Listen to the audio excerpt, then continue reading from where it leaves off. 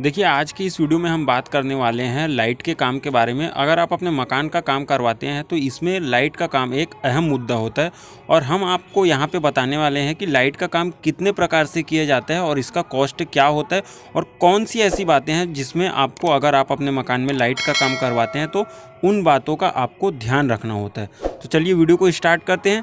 देखिए, सबसे पहली बात तो आप अपने मकान में जो लाइट का काम करवाते हैं, बेसिकली इसके दो प्रकार होता है। पहला ओपन केसिंग कोपिंग वायरिंग और दूसरा होता है कंसील्ड वायरिंग। देखिए, जो केसिंग कोपिंग वायरिंग होती है इसे हम पट्टी की वायरिंग भी कहते हैं और इसका कॉस्ट आपको कम देखने मिलता है। दूसरा होता है कंसील्ड वायरिंग। कंसील्ड वायरिंग वो होती है जिसमें आपके जो बिजली के वायर हैं वो पाइप के अंदर होते हैं और आपका पाइप दीवार के अंदर होता है। इसे सिंपल भाषा में कंसील्ड वायरिंग कहा जाता है। अब इसमें ऐसे कुछ पॉइंट्स निकल कर आते हैं जिनके बारे में आपको पता होना चाहिए। जब भी आप अपने बिजली के ठेकेदार को काम देते हैं तो इन पॉइंट के बारे में आपको उनसे चर्चा कर लेनी चाहिए। देखिए, इसमें पहली बात आती है कॉस्ट की। बहुत से कॉन्ट्रैक्टर ऐसे होते हैं जो आपको बिजली के काम के बारे में सही जानकारी नहीं देते हैं और इसमें सबसे जो बड़ी बात निकल कर आती है कॉस्ट की, कि कई जो कॉन्ट्रैक्टर होते हैं वो कॉस्ट पॉइंट के हिसाब से लेते हैं और कई ऐसे कॉन्ट्रैक्टर रहते हैं जो आपको सीधा सीधा एक लमसम अमाउंट बताते हैं कि 1 BHK 2 BHK या फिर 3 BHK के लिए वो इतना पैसा लेते हैं। अब देखिए, इसमें एक बात और निकल कर ये आती है कि अगर आप कोई से भी ठेकेदार को, कोई भी बिजली का ठेकेदार हो, अगर उससे आप अपने मकान का काम देते हैं तो उसमें सबसे पहले आपको एक बात ये ध्यान रखनी है कि उसमें जो आप उसे काम दे उसमें छोटे बड़े पॉइंट हैं उसके बारे में भी बता दे। नहीं तो कई बिजली के कॉन्ट्रैक्टर ऐसे होते हैं जब बाद में आप अपने मकान में लाइट के पॉइंट में थोड़ा बहुत चेंज करवाते हैं तो इसके लिए वो आपसे एक्स्ट्रा अमाउंट चार्ज करवाते हैं। तो इस बात को आपको क्लियर कर लेना है। अब इसमें दूसरा पॉइंट यह आता है कि जब भी आप बिजली का काम करवाते हैं तो जो कॉन्ट्रैक्टर है उससे आप अर्थिंग का पॉइंट ज़रूर डलवाएं। यहाँ पे आप जैसा कि देख सकते हैं कि यहाँ जो बिजली का कॉन्ट्रैक्टर है उसके द्वारा अर्थिंग का एक्स्ट्रा पॉइंट डाला जा रहा है। अब देखिए, ये काम क्या करता है। बेसिकली जो आपके घरों में वायरिंग होती है इसमें एक पॉइंट हमेशा ऑन रहता है। जब आप लाइट को बंद भी कर देते हैं तो इसके एक पॉइंट में करंट रहता है, तो ऐसे में आपको कभी कभार करंट लगने का खतरा भी होता है। तो अगर आप अर्थिंग का एक्स्ट्रा पॉइंट डलवाते हैं तो इसमें आप इस चीज़ से बचे रहते हैं।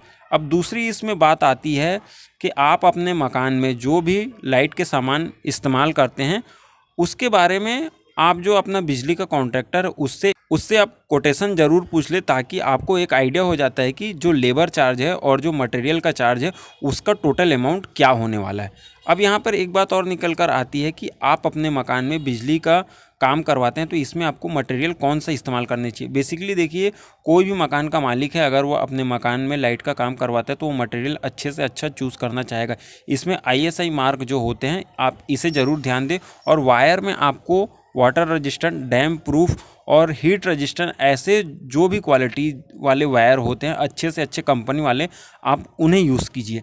अब देखिए, इसमें एक बात और आती है कि ज़्यादातर जो बेसिकली घरों में वायरिंग की जाती है उसमें 1 कोर 2 कोर ऐसे प्रकार देखने मिलते हैं। तो यहाँ पे 1 वे और 2 वे एक ये भी प्रकार देखने मिलते हैं। इसमें होता क्या है कि आपके जो स्विच और सॉकेट रहते हैं वो आपके बेड के पास होते हैं, क्योंकि कई लोग ऐसे होते हैं कि जब वो एक बार लेट जाते हैं तो उन्हें बार बार पंखे और लाइट बंद करने के लिए उठना नहीं होता। तो इसमें वो 2 वे वायरिंग करवाते हैं जो कि आपके बेड के पास होती है। अब देखिए, इसमें एक पॉइंट और निकल कर ये आता है कि जब भी आप अपने मकान में काम करवाएं तो बहुत से छोटे घर वाले ऐसे होते हैं कि जो 16 एम्पियर के MCB का उपयोग करते हैं। तो यहाँ एक चीज़ ये ध्यान में रखें कि जो 16 एम्पियर के MCB है, अगर आप इन्हें 1 या 2 लगवाते हैं तो बाद में जब आपके घरों में आप गर्मी के दिनों में जब एक्स्ट्रा फ़ैन या कूलर चलाते हैं तो इनमें लोड ज़्यादा पड़ता है। तो इसके लिए आपको कम से कम 32 एम्पियर के MCB का उपयोग करना चाहिए।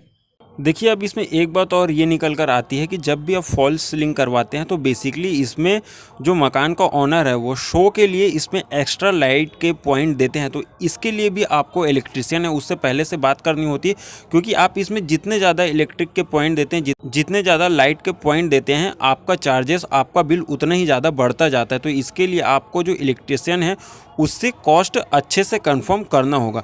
अब देखिए आप जैसा कि यहाँ पे देख सकते हैं कि इसमें जो पाइप्स है उसे कंक्रीट के बाहर ले लिए गए हैं, तो ये एक बहुत अच्छा विकल्प होता है क्योंकि कंक्रीट के अंदर जो वायरिंग की जाती है इसमें थोड़ी सी दिक्कत होती है। लेकिन अगर आपको फॉल सीलिंग का प्लान होता है तो आप जो बिजली के पाइप है उसे स्लैब पर नहीं डलवाएं, बल्कि इसमें ये तरीका ज़रूर यूज़ करें। तो आज के लिए इस वीडियो में बस इतना ही। उम्मीद करते हैं वीडियो आपको पसंद आया होगा। चैनल पर नया है तो चैनल को सब्सक्राइब करें, वीडियो को लाइक और शेयर करें। आज के लिए बस इतना ही। धन्यवाद।